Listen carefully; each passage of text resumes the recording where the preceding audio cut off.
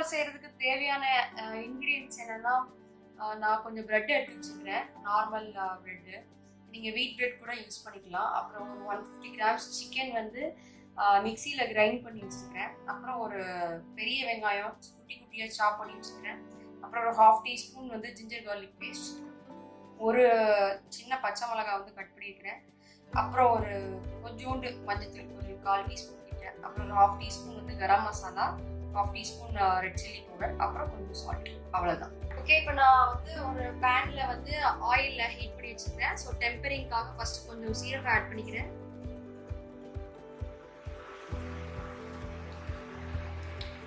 அப்புறம் ஆனியன்ஸ்,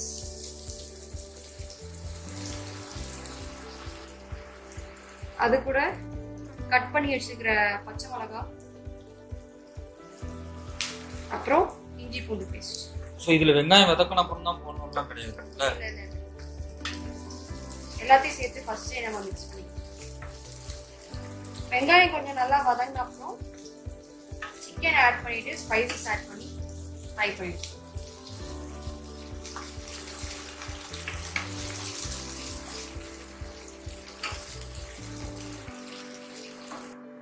வெங்காயம் வதங்கிடுச்சு. இப்போ நான் வந்து சிக்கன் ஆட் பண்ணிடுறேன்.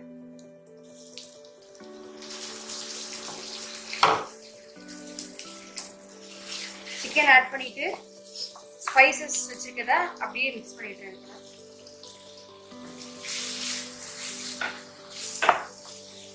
இப்படி குத்தி குத்தி விட்டுக்கோங்க, அப்பதான் உங்களுக்கு வந்து பிளாக்ஸா இருக்கிறதெல்லாம் உடஞ்சி நல்லா குக் ஆகும்.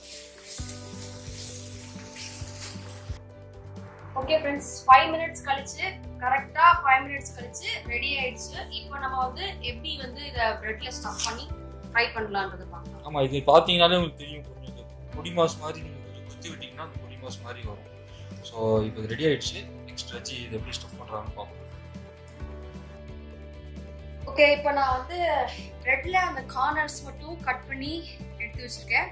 இப்போ நான் என்ன பண்ண போறேன்னா, அந்த பிரெட்டை வந்து சப்பாத்தி கட்டை இருக்குல்ல, அதை வச்சு ரோல் பண்ணிக்க போறேன் இந்த மாதிரி.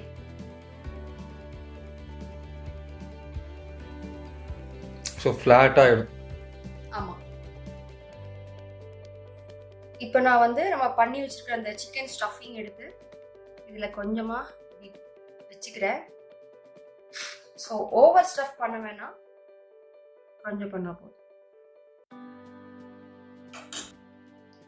பண்ணிட்டு இந்த மாதிரி அலைன் பண்ணி வச்சுக்கோங்க. அப்புறம் இப்படி மெதுவாக இப்படி ரோல் பண்ணுங்க. ரோல் பண்ணி இப்போ சீல் பண்ண போகிறோம். அதுக்கு தண்ணி வச்சு இந்த கார்னர்ஸில் நல்லா இது பண்ணிட்டு இது கூட அப்படி சீல் பண்ணிட போகிறோம். ஓகே, இப்போ சைடில் சீல் பண்ணியாச்சு. இப்போ இந்த 2 கார்னர்ஸ்லையும் அதே மாதிரி தண்ணி வச்சுட்டு இப்படி நல்லா சீல் பண்ணிடுங்க. ஓகே ஃப்ரெண்ட்ஸ், இப்போ நம்ம வந்து இந்த மாதிரி ரோல்ஸ் ரெடி பண்ணி வச்சாச்சு. இனிமேல் இதை ஆயிலில் ஃப்ரை பண்ணி எடுத்துட வேண்டியதுதான். வாங்க ஃப்ரை பண்ணிடலாம். ஓகே, கடாயில் இப்போ ஆயில் ஆட் பண்ணி மீடியம் ஹீட்டில் நான் வந்து ஆயிலை ஹீட் பண்ணி வச்சுருக்கேன்.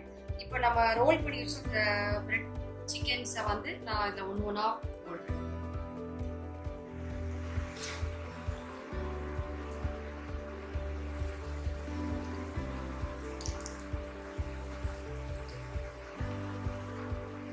ஓகே, பிரெட் வந்து இப்போ நம்ம இன்னும் சைட் டர்ன் பண்ணிடலாம். ஒரு 1.5 மினிட்ஸ் ஆயிடுச்சு.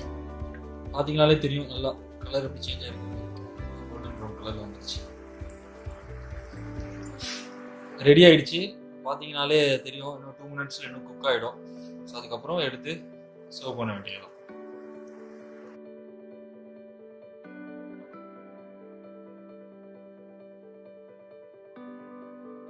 ஓகே, ரஜி செஞ்ச பிரெட் சிக்கன் ரோல்ஸ் ரெடி ஆயிடுச்சு. பார்த்தீங்கன்னா தெரியும், நல்லா கலர்ஃபுல்லாக இருப்பாங்க. ஸோ இதை நம்ம சாப்பிட்டு பார்த்து சொல்ல போகிறோம் எப்படி இருக்குன்னு. ஸோ நம்ம சாஸ் வச்சுட்டு ஸ்பைட் கடிக்கிறப்பவே அந்த கிறிஸ்பினஸ் தெரியும். செம்ம கிறிஸ்பாக இருக்கு. இது ரொம்ப ஈஸிங்க. வீட்டில் செஞ்சு பார்த்தீங்கன்னா தெரியும், எல்லாம் ஸ்நாக்ஸ்லாம் அவ்வளோ ஈஸியாக நீங்கள் ரெடி பண்ணலாம். ட்ரை பண்ணுங்க, எப்படி இருக்குன்னு சொல்லுங்க. எனக்கு ரொம்ப பிடிச்சிருக்கு, கிறிஸ்பாக இருக்கு. சாஸோட ரொம்ப நல்லா போகுது. நீங்கள் வீட்டில் வந்து க்ரீன் சட்னி கூட ரெடி பண்ணி சாப்பிட்டு சாப்பிட்டு ட்ரை பண்ணுங்க, ரொம்ப நல்லா இருக்கும்.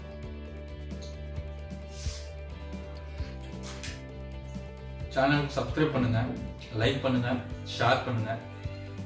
பாய்.